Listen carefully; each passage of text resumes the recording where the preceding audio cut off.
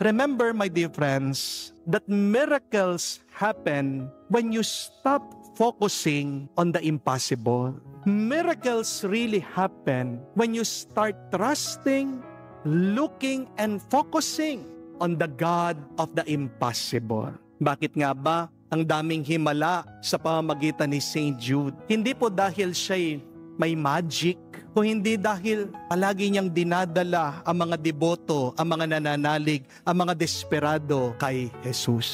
At sa totoo lang po, kami sa pamilya namin, naranasan namin ang himala ni St. Jude. Nang wala po kaming pambayad sa utang, ang nanay ko, palagi po siyang pumupunta doon sa larawan ni St. Jude sa aming simbahan. Nagtitirik, nagsisindi po ng kandila. Tingnan nyo na po, kahit na matagal na panahon, ilang years din po, umabot din po ng 13 years.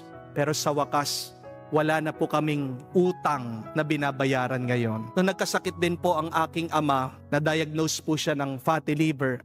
Actually, tinaningan na po yung aking tatay. Hinahanda na po namin ang aming sarili nun na baka siya'y mawala. Pero ang aking nanay, araw-araw gumigising na maaga, pupunta sa simbahan, muli nagdadasal, nagsisindi ng kandila, nananalangin kay St. Jude. At ang mabuting balita, ngayon po, normal na po ang liver ni tatay.